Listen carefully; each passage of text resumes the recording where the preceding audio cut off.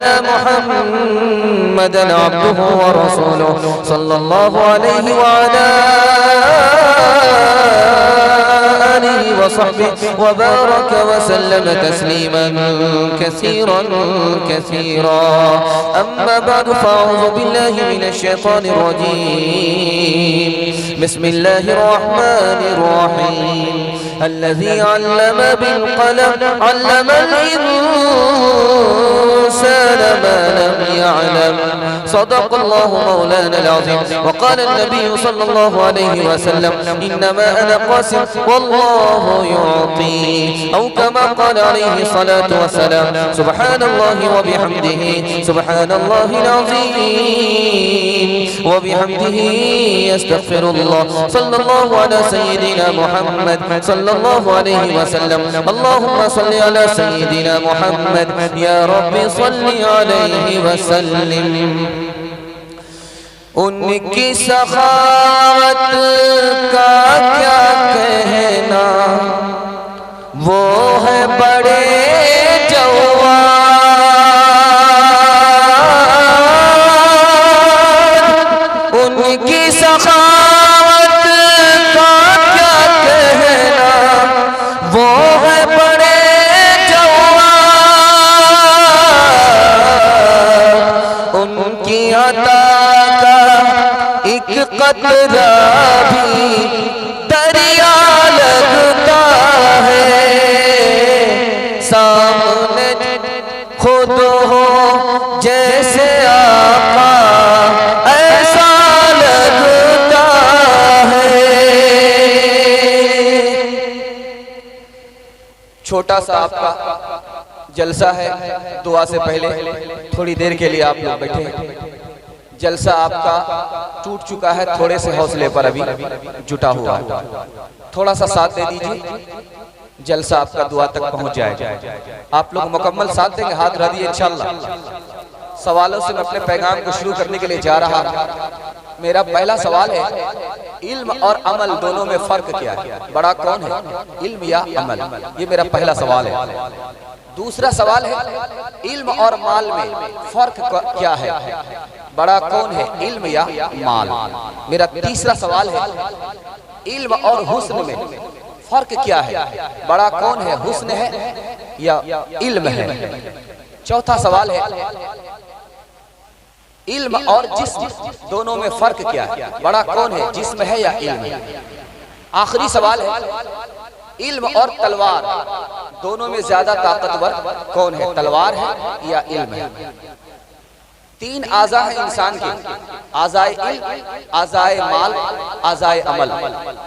आज़ाए अमल कौन से आज़ा है, आज़ाए इल्म कौन से आज़ा है? आप लोग थोड़े तैयार हैं, थोड़े तैयार नहीं? दोनों हाथ रहिए इंशाअल्लाह। थोड़े तैयार नहीं है, थोड़े तैयार हाथ रहिए इंशाअल्लाह। थोड़े तैयार नहीं है, थोड़े तैयार हाथ रहिए इंशाअल्लाह। देखिए आप लोग हाथ उठा रहे, समझ नहीं रहे। थोड़े तैयार हैं, थोड़े तैयार, मुकम्मल तैयार है, हाथ रहिए इंशाअल्लाह। अब सही हाथ उठाया। आपके दिमाग को भी टटोल रहा हूं कि आप लोग यहाँ हैं या कहीं और हैं। ध्यान दीजिएगा, मेरा पहला सवाल था, इल्म और माल दोनों में फर्क क्या है? बड़ा कौन है, इल्म या अमल? दोनों में बड़ा कौन है? कभी कभी अमल से बड़ा इल्म होता है। छोटा सा नमूना ला रहा हूं, ध्यान दीजिए।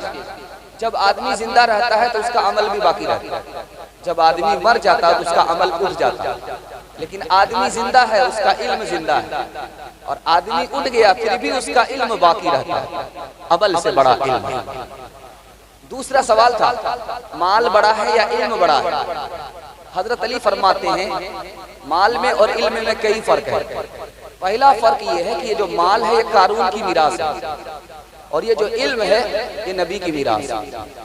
दूसरा फर्क है, माल जब आता है उसकी हिफाजत करनी पड़ती है, उस पर चोरी का खतरा रहता है। लेकिन जब इल्म आता है तो इल्म आदमी की खुद हिफाजत करता है, उस पर चोरी का खतरा नहीं होता। माल आया, वक्त गुजर गया, कीमत घट जाती है। इल्म आया, वक्त गुजरा, कीमत बढ़ जाती है। इल्म से कीमत बढ़ती है, माल से कीमत घट जाती है। माल आता है, नफरत करने वाले, हसद करने वाले बढ़ जाते हैं। इल्म आता है, मोहब्बत करने वाले बढ़ जाते हैं।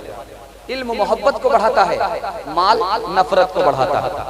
जब आदमी के पास माल आता है तो वो सर उठाता है, तकब्बुर करता है।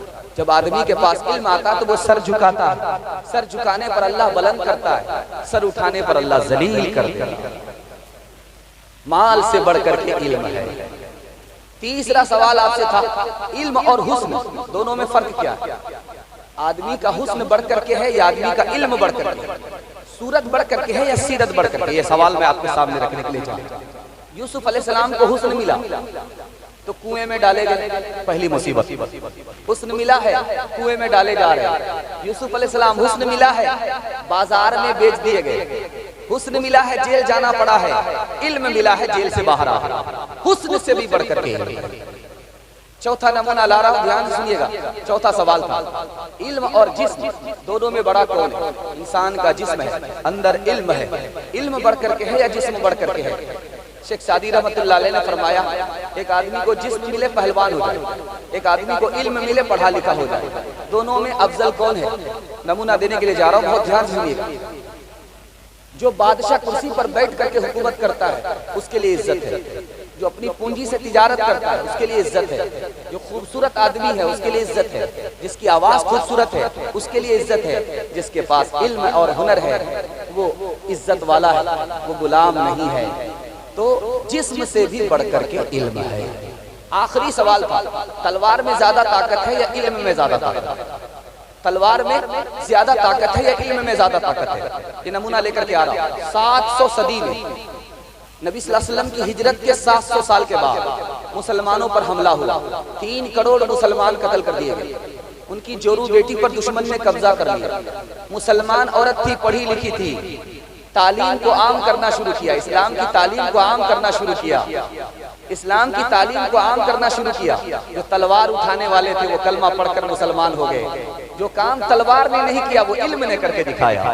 तलवार से भी बढ़कर के इंसान का इल्म है। आखिरी सवाल था, आज़ा है इंसान के, अमल के आज़ा है, इल्म के आज़ा है, माल के आज़ा। ये जो हाथ पांव है ये काम काज करने के आज़ा। ये जो दिल है ये माल कमाने का आज़ाद, और ये जो दिमाग है ये इल्म का आज़ाद। गौर करके देखिए, हाथ पांव कहाँ है? सबसे नीचे। दिल कहाँ है? बीच में। और इल्म का उज़्व, इल्म के आज़ाद ये आँख है और ये दिमाग है, ये सबसे ऊपर है। अल्लाह ने इल्म के उज़्व को सबसे ऊपर रखा। इंशाअल्लाह हमारा बच्चा मदरसा नहीं जाएगा, स्कूल जाएगा, हाथ रहिए इंशाअल्लाह। ये उक़्क़ाबी रूह जब बेदार होती है, जवानों में नजर आती है उनको अपनी मंजिल आसमानों में। न हो नौमीद नौमीदी, सवाले इल्म इरफा है, उम्मीदे मर्द मोमिन है खुदा के रास्तानों में। नहीं तेरा नशीमन कसर सुल्तानी के गुंबद पर, तो शाही है बसेरा कर पहाड़ों की चट्टानों में। सबक पढ़ फिर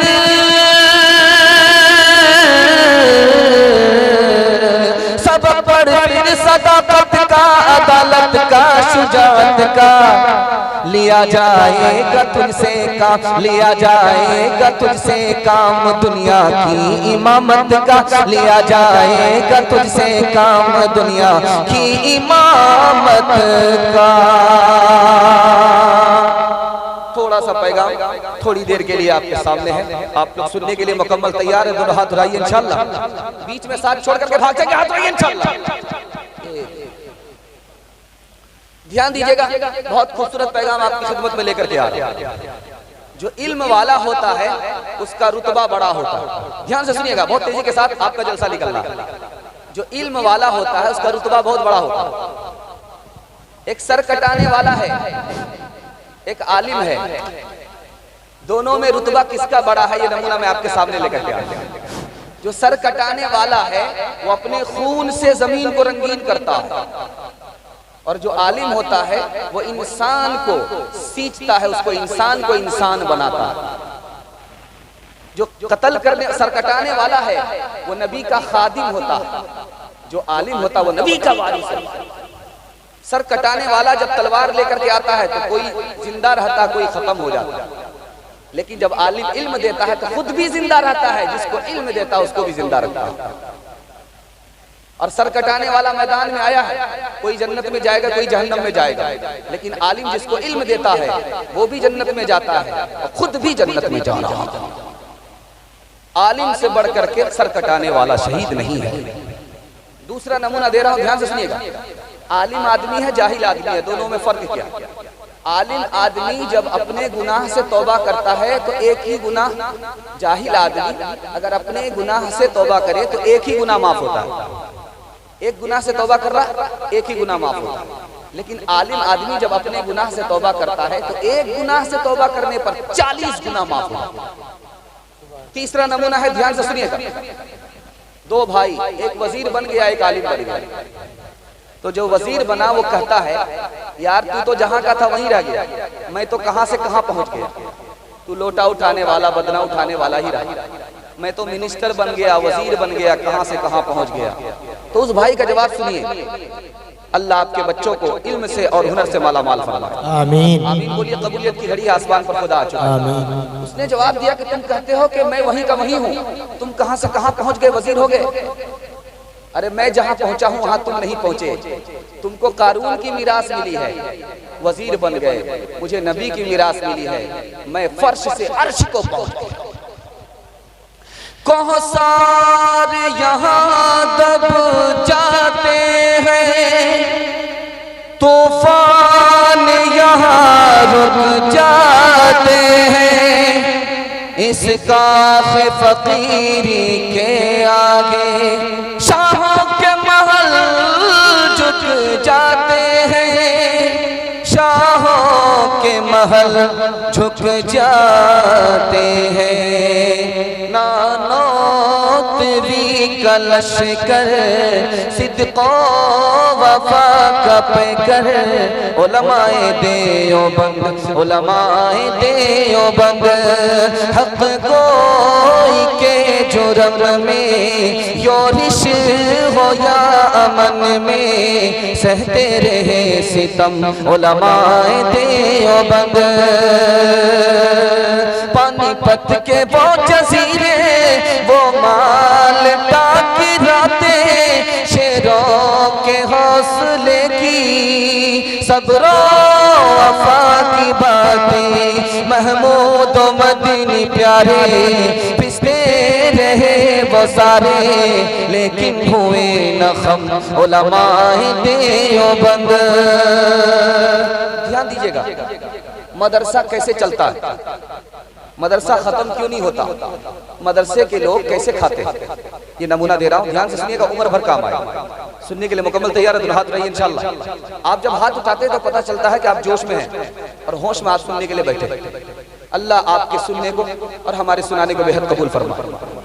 ये जो मदरसा बचा हुआ है हमारे ईमान की वजह से बचा हुआ है। जिस दिन हमारा ईमान खत्म हुआ मदरसा खत्म हो जाता। ये जो मदरसा बचा हुआ नबी की दुआ की वजह से बचा हुआ। मदरसा आखिर चलता कैसे, हुकूमत पैसा नहीं दे रही है, ये मदरसा चलता कैसे? आपको सुनकर के बड़ी तसल्ली होगी। हमारे घर में मौत है फिर भी मदरसा चल रहा, हमारे घर में बीमारी है फिर भी मदरसा चल रहा, बेटा बीमार हुआ नजराने का पैसा मदरसा पहुंच गया, बीवी का इंतकाल हो गया इसाले सवाब का पैसा मदरसा पहुंच गया। मदरसा सरकार के पैसे से नहीं चलता, खजाने गैब से चला। मदरसे वाले कहां से खाएंगे? मदरसे वाले नबी के वारिस हैं। अल्लाह ने नबी को जहां से खिलाया वहां मदरसे वाले को खिलाया। 1824 में मदरसा पर हमला हुआ, मदरसे को तोड़ दिया गया। 1857 में 10,000 से ज्यादा मदरसे पर हमले हुए। मदरसा भी बाकी है, उलमा भी बाकी है, कुरान भी बाकी है, उलमा भी बाकी है, मदरसा भी बाकी है। मदरसा खत्म नहीं हुआ, क्यों? नबी की दुआ है, हमारा ईमान है। इंशाअल्लाह मदरसे से 3 तरह का ताल्लुक होता है, तीनों ताल्लुक रखेंगे इंशाअल्लाह। बच्चे को भेज करके तालीम दिलाएंगे, पहला ताल्लुक। मदरसे को ताउन करेंगे, दूसरा ताल्लुक मदरसे के उलमा की ताज़ीम करेंगे, तीसरा ताल्लुक इंशाअल्लाह ये ताल्लुक रहेगा बाकी। कुछ बात है कि हंसती मिटती नहीं हमारी, सदियों रहा है दुश्मन दौरे ज़मां हमारा। यूनान मिस्र रोमा सब मिट गए जहां से, यूनान मिस्र रोमा सब मिट गए मगर है बाकी बाकी, अब तक मगर है बाकी नामो निशा हमारा। ध्यान दीजिएगा, नमूना आपकी खिदमत में आ रहा है, बहुत खूबसूरत मुताला आपकी खिदमत में आ रहा है। आप लोग जैसे बैठ गए हमारी बात सुनने के लिए ताकि दूसरे के इल्म से फायदा उठाएं, ये बहुत बड़ी खुशी की बात। चूल्हे में आग होती है, वो ठंडी पड़ जाती है तो सिर्फ राख पड़ी हुई होती है, लेकिन आदमी जब आग को तलाश करता है उसको खोदता है खोदता है खोदता है, थोड़ी सी चिंगारी निकलती है, उस चिंगारी से फिर आग बन जाती है। आप थोड़ी सी तलब रखेंगे, चिंगारी से उधर आग बनती है, ये थोड़ी तलब से आपको इल्म मिल जाएगा। ध्यान से सुनिएगा, बाप ने बेटे से कहा कि बेटा आलिम के पास जाओ, तुमको इल्म होगा। और आलिम के पास इल्म कैसे होगा? आलिम से मोहब्बत रखनी पड़ेगी, इसके बगैर इल्म नहीं होगा। अंधे को चराग चाहिए, जबकि उसके लिए रात दिन दोनों बराबर है, फिर भी अंधा चराग लेकर के, ताकि मैं मुझसे कोई ठोकर न खाए और मैं कीचड़ में फंस न जाऊं, कोई आए तो मुझे भी निकाले और खुद भी कीचड़ में न फंसे। अंधे को चराग चाहिए और हमारे बच्चे को इल्म का चराग चाहिए। तीसरा नमूना आ रहा, ध्यान से सुनिएगा। इमाम गजाली रहमतुल्लाह अलैह मदरसे में पढ़ने के लिए आए, बादशाह ने मदरसा बनाया। बादशाह आया पूछने के लिए कि तुम क्या करने के लिए आए हो? कहा मेरा बाप बादशाह है, मैं बादशाह बनना चाहता हूं। मायूस हुए कि बादशाह बनेगा तो एक नंबर का दुनियादार बनेगा, ये मदरसा तो खुला है दीनदार के लिए। दूसरे बच्चे से पूछा तो कहा मैं वजीर बनूंगा। तीसरे बच्चे ने कहा मैं अमीर मुंशी बनूंगा, सिपह सालार बनूंगा। मायूस हो गया बादशाह और उसने इरादा कर लिया कि कल इस मदरसे पर बिल्डोजर चला दो। हमने दीनदारी के लिए मदरसा खोला, दीनदार लोग पैदा होंगे या तो एक नंबर के दुनियादार पैदा होगा। एक कोने में एक बच्चा था, उसी बच्चे का नाम था इमाम गजाली। जब आपके घर में कोई बच्चा पैदा हो तो उसका नाम गजाली रखिए, ताकि आपके बच्चे को भी अल्लाह ताला उतना बड़ा इमाम का हम नाम बना दें, हम काम बना दें। ध्यान दीजिएगा, वो छोटा बच्चा कोने में है। बादशाह ने पहुंच करके पूछा कि सोचा कि इस बच्चे से भी पूछ ले। तो बच्चे से पूछा कि बेटा तुम क्या बनना चाहते हो मदरसे में? कहा कि मैं कुछ बनना नहीं चाहता हूँ। मदरसे में आने से पहले मुझे मालूम नहीं था कि खुदा कौन से काम से राजी होता है, खुदा कौन से काम से नाराज होता है। मैं तो मदरसे में सिर्फ इतना मालूम करने के लिए आया हूँ कि खुदा कौन से काम से राजी होगा, खुदा कौन से काम से नाराज होता है। कहा मुबारक हो। उस बच्चे को बोसा दिया। बादशाह ने कहा बच्चा बेटा मुबारक हो, तू बाकी है, ये मदरसा बाकी है। अगर तू नहीं होता इस मदरसे पर मैं बिल्डोजर चला देता। करो दिल से मेहनत, पढ़ो शौक से, करो दिल से मेहनत, पढ़ो शौक से। किताबों पे मरना तुम्हें चाहिए, नशा से, सिनेमा से, थिएटर से भी बहुत दूर रहना तुम्हें चाहिए। इबादत में यारो खुदा के लिए सर अपना झुकाना तुम्हें चाहिए।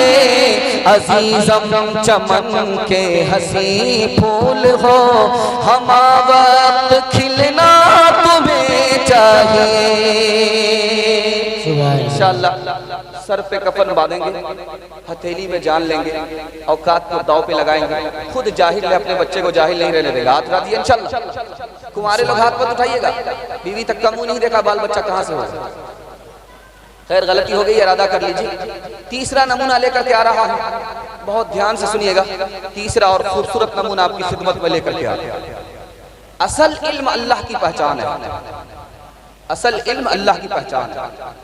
आप देखेंगे आपकी ट्रेन खड़ी है स्टेशन में, दूसरी ट्रेन जब आती है तो ऐसा लगता है कि हमारी ट्रेन चल रही है, हमारी ट्रेन चल रही है। जब वो ट्रेन गुजर जाती है तब पता चलता कि नहीं वो ट्रेन चल रही थी, हमारी ट्रेन नहीं चल रही है। क्या पता चला? कभी कभी आंख का भी देखा हुआ गलत होता।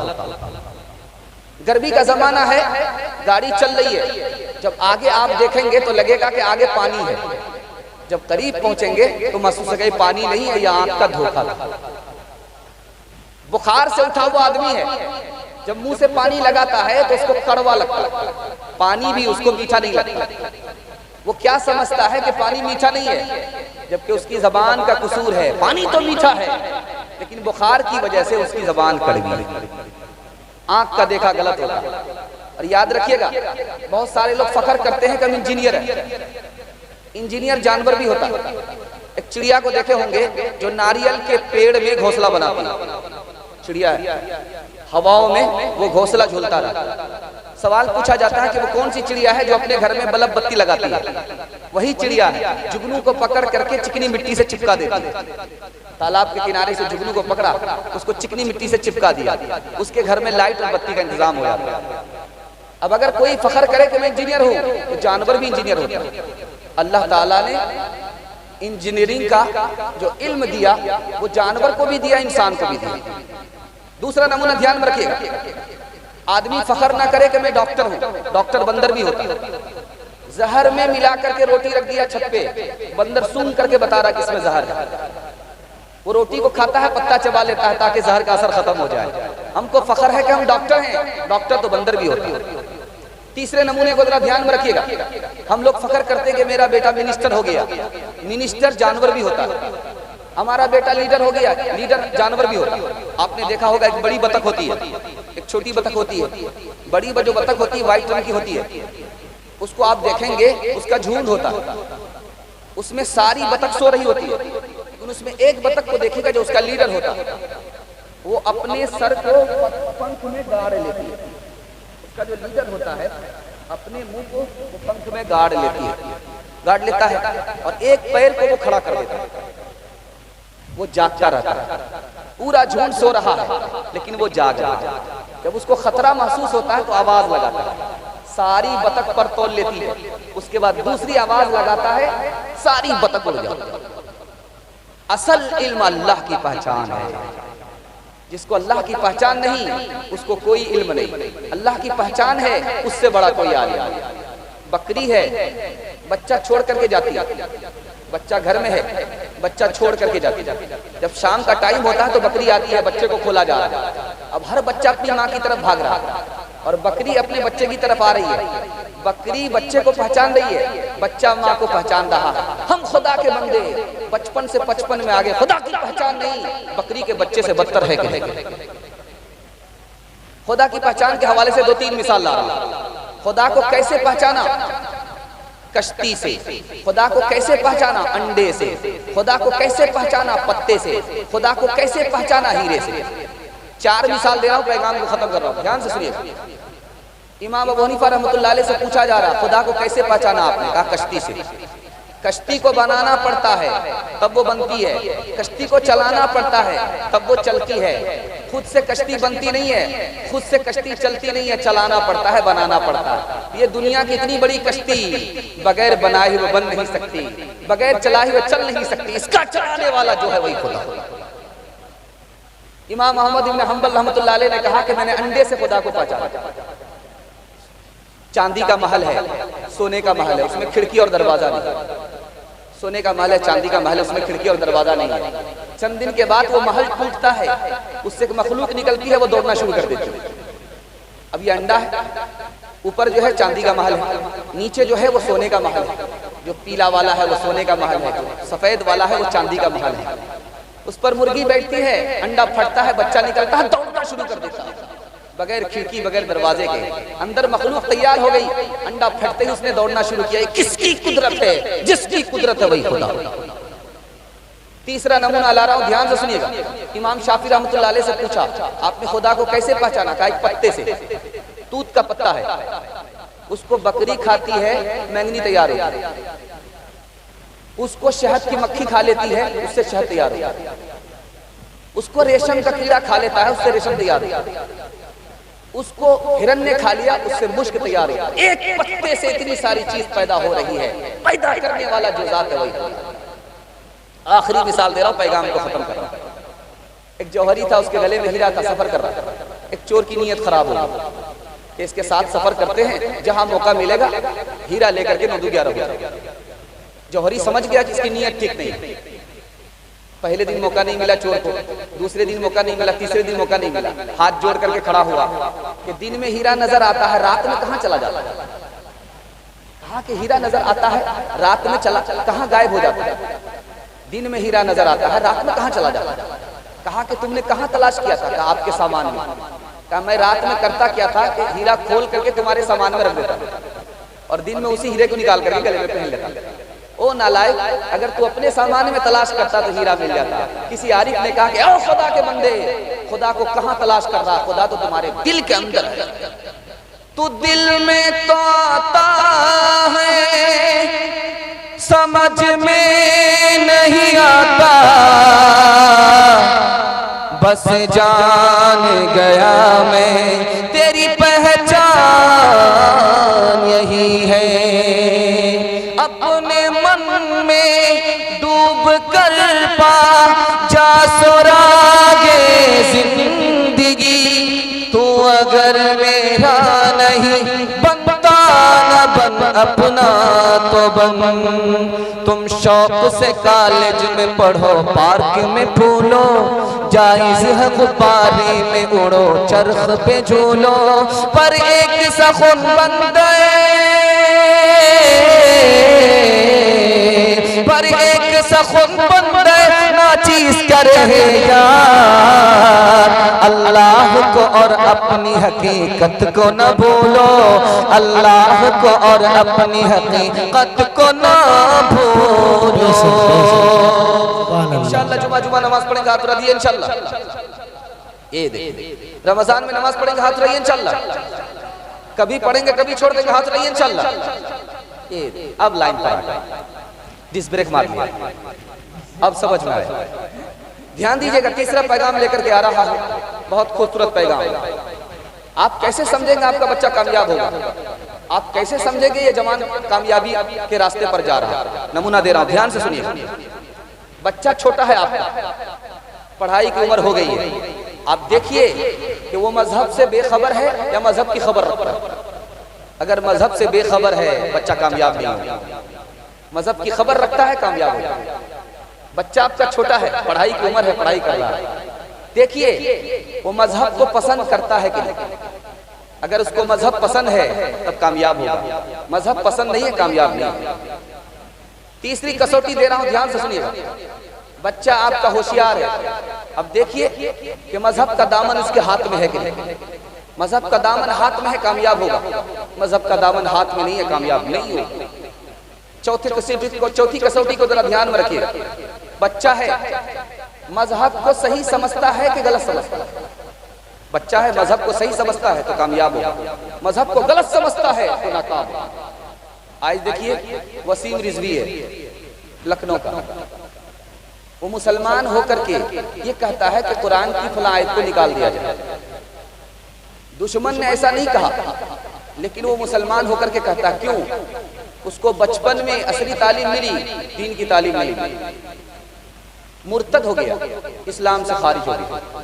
इसलिए आप डॉक्टर बनाइए, प्रोफेसर बनाइए, लेकिन पहले अपने बच्चे को मुसलमान बनाइए, वरना दूसरा सलमान रुश्दी बनेगा और वसीम रिजवी बनेगा। ध्यान दीजिएगा, बहुत खूबसूरत नमूना लेकर के आ रहा है। कैसे पता चलेगा कि यह जवान कामयाब होगा? नमूना दे रहा हूं। अगर हलाल और हराम की तमीज है तो समझ जाइए जवान कामयाब होगा। अगर हराम को हराम नहीं समझता ये कामयाब नहीं। दूसरी कसौटी दे रहा हूं, ध्यान से सुनिएगा। जवान है, उसमें देखिए वो 10 के नफा को देखता है, अपने नफा को नहीं। 10 का नुकसान नहीं करता, अपना नुकसान करता है, 10 का नुकसान नहीं करता, तो समझ जाइए कामयाब है। अगर 10 को नुकसान पहुंचा रहा है, अपने नफे को देख रहा, कामयाब नहीं। जवान है, दूसरे का अदब नहीं करता, कामयाब नहीं होगा। जवान है, दूसरे का अदब करता है, कामयाब है। आखिरी कसौटी बता रहा हूं, जवान को नौकरी मिल गई, तनख्वाह अलग खा रहा है, नीचे से रिश्वत ले रहा है, कामयाब नहीं होगा। 4 दिन की चांदनी है, फिर अंधेरी रात। हालात के कदमों में कलंदर नहीं गिरता, टूटे जो सितारे तो जमीन पर नहीं गिरता। गिरते हैं बड़े शौक से समंदर में दरिया, लेकिन किसी दरिया में समंदर नहीं गिरता। इंसान बनाओ, इंसान बनाओ, इंसान बनाओ, इंसान बनाओ, टेक्नोलॉजी में माहिर भी बनाओ और जाहिर व बातिन में दाहिर भी बनाओ। पहले तो इन्हें यारो मुसलमान बनाओ, इंसान बनाओ, इंसान बनाओ, इंसान बनाओ, इंसान बनाओ। ताजिर बनाओ, शौक से अफसर भी बनाओ और इनको मुक़द्दर का सिकंदर भी बनाओ। पर अपनी मग़फ़िरत का सामान बनाओ, इंसान बनाओ, इंसान बनाओ। तीन मिसाल दे रहा हूँ, पैगाम को खत्म कर रहा हूँ। आप लोग मुकम्मल सुनने के लिए तैयार हैं? हाथ उठा दिए इंशाल्लाह। मैं तो घबरा गया था कि आप लोग जलसे को खत्म तोड़ करके बैठ गए हैं। अब अगरबत्ती जलाने के और जनाजा पढ़ने के सिवा और कोई चारा नहीं। लेकिन अल्लाह का शुक्र है आप हौसले के साथ अभी तक बाकी हैं। अपने मेहमान की आबरू का सामान करके आप लोग बैठे। अल्लाह आपको कबूल फरमाए, इस दुनिया में उस दुनिया में कामयाब फरमाए। नमूना देने के लिए जा रहा हूं। एक गीदड़ को कागज मिला, वो जाकर के अपने काफिला से कहता है कि देखो लाइसेंस मिल गया, अब हम लोग जलसा सुनने के लिए शहर में जा सकते हैं। कहा कि चलो आज जलसा है, जाकर के सुन लेते हैं। साबड़ा में जलसा है, चलो जाकर के सुनते हैं। जंगल में रहने वाला गीदड़ कागज मिला है और कह रहा है कि लाइसेंस मिला, अब हम लोग शहर में घूम सकते हैं। जैसे ही बस्ती के मुंह पर आया, शहर के मुंह पर आया, कुत्ता दौड़ गया और सबसे पहले जो कागज वाला गीदड़ था आगे भाग रहा, सबसे आगे वही भाग रहा।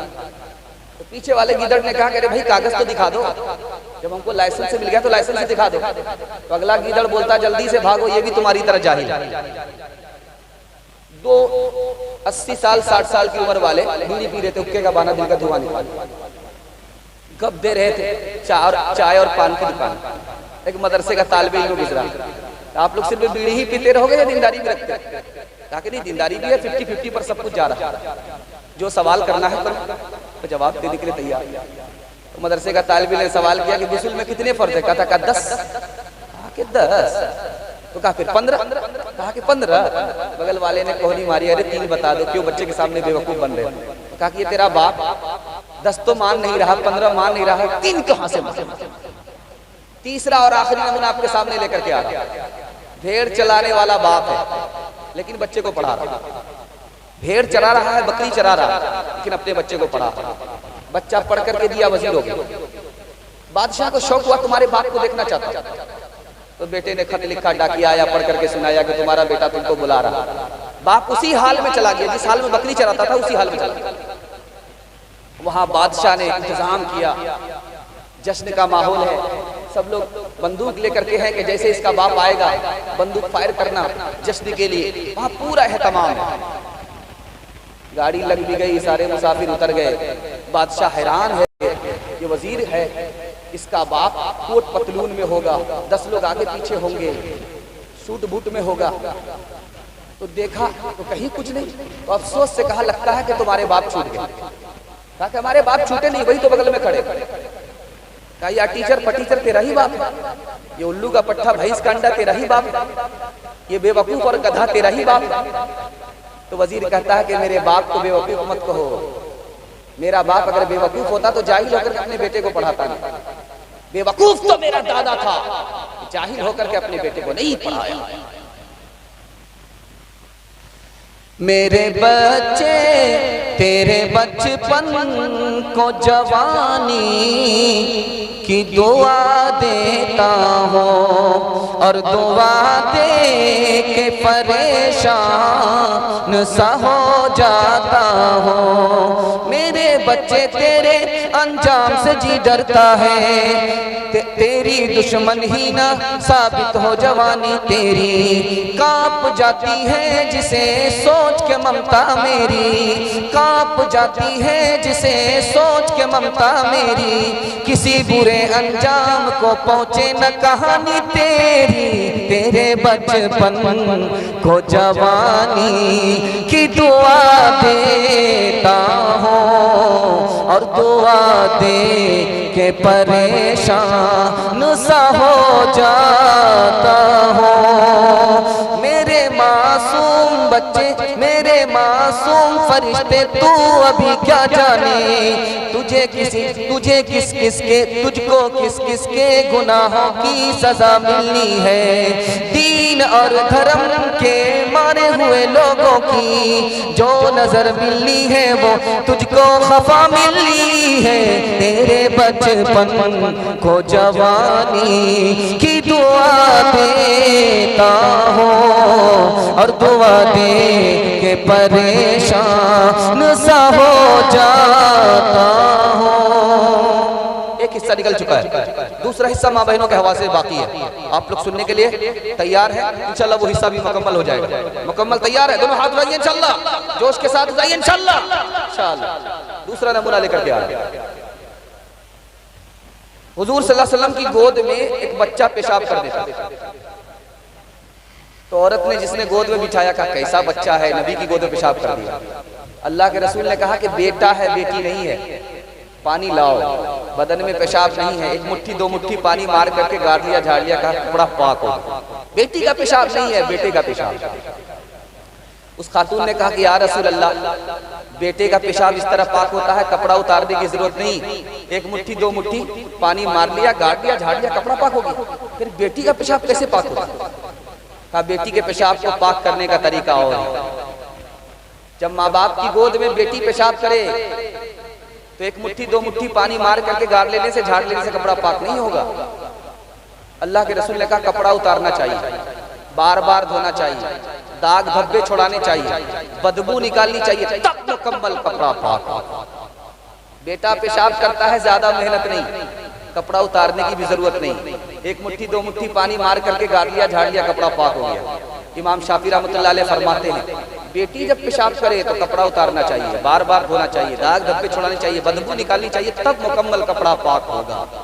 अब यहाँ देखिए बेटी पेशाब करे ज्यादा मेहनत है पाक करने में, बेटा पेशाब करे कम मेहनत है पाक करने में। पालन हक्कानी ने यहाँ से एक नुक्ता निकाला, बेटी के पेशाब करने पर ज्यादा मेहनत है, बेटी की तालीम पर ज्यादा मेहनत है। बेटे से ज्यादा बेटी को तालीम देनी पड़ती है।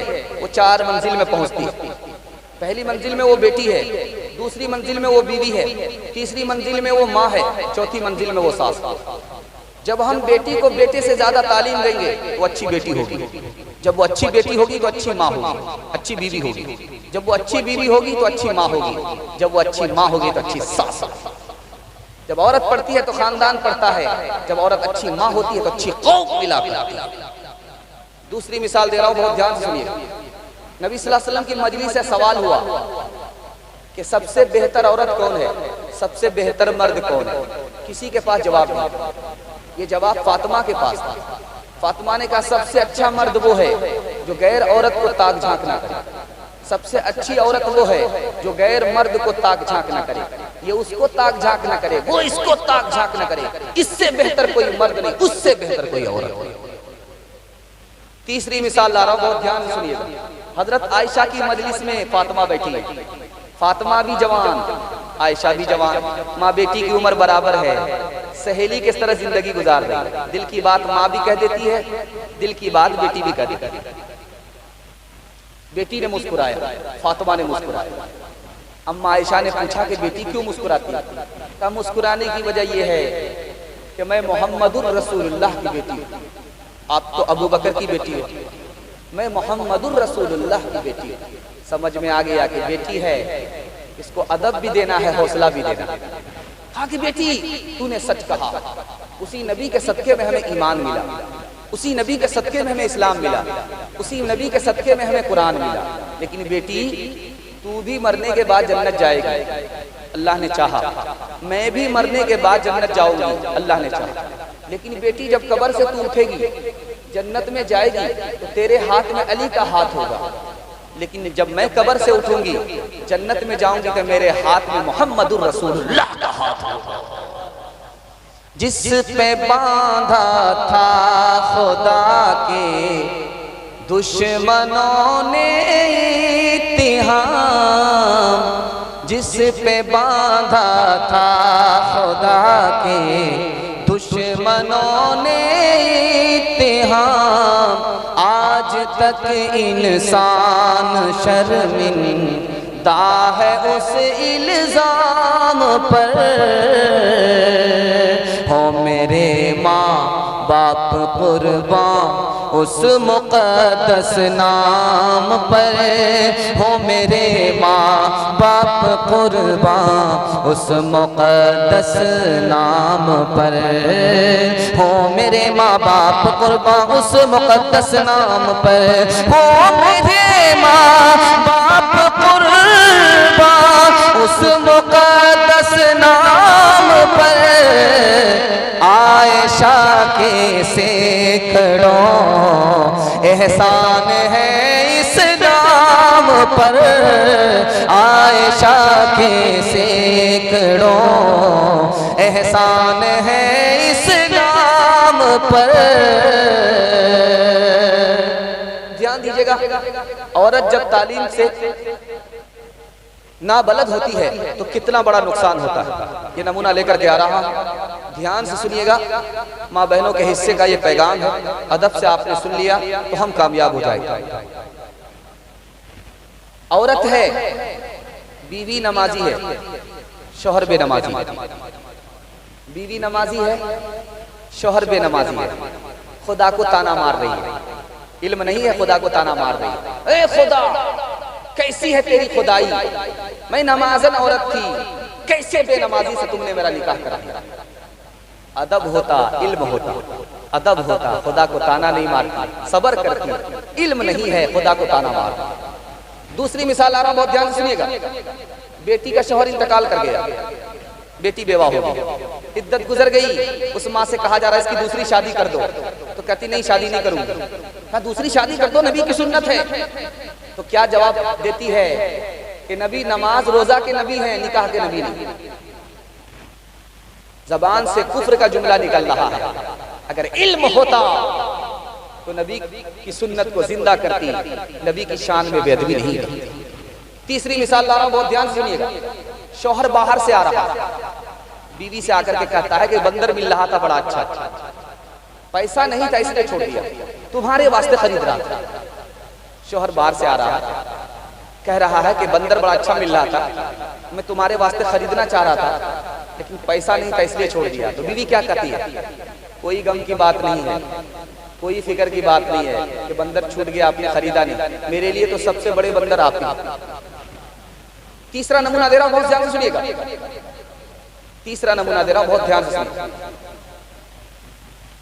छोटा भाई है, उसका बाल पक गया, बड़ा भाई है, उसका बाल अभी कच्चा ही। तो बड़े भाई से पूछा, छोटे भाई से, कि तुम्हारी उम्र छोटी है, तुम्हारा बाल पक गया, तुम्हारे जो बड़े भाई है उसका बाल अभी तक कच्चा है, बात क्या? कहा कि उसके घर में झगड़ा नहीं होता, उसकी बीवी पढ़ी लिखी है, हमारे घर में रोज झगड़ा होता है, इस झगड़े ने मुझे वक्त से पहले बूढ़ा कर दिया। ध्यान दीजिएगा, 4 बीवी है बादशाह को। बादशाह मालूम करने के लिए आ रहा, सुबह हो रही है, एक बीवी कहती है हाँ सुबह हो रही। का कैसे पता चला? पढ़ी लिखी थी। कहती मुंह में पान था, मजा बदल गया। क्या मिजाज है, क्या इल्म है, क्या मजाक है। बादशाह बहुत खुश हुआ। उसके बाद दूसरी बीवी के पास गया, कहा सुबह हो रही, कहाँ हो रही? कहा कैसे पता चला? कहा लालटेन की रोशनी फीकी पड़ गई, इससे पता चला कि सुबह हो रही। बादशाह बहुत खुश हुआ। उसके बाद तीसरी बीवी के पास गया पूछने के लिए कि सुबह हो रही, कहाँ सुबह हो रही? कहा कैसे पता चला? कहा नाक में जो नथ थी वो ठंडी पड़ गई, इससे पता चला कि सुबह हो रही। बादशाह बहुत खुश हुआ। उसके बाद चौथी बीवी के पास जा रहा, जो पढ़ी लिखी नहीं है, पूछ रहा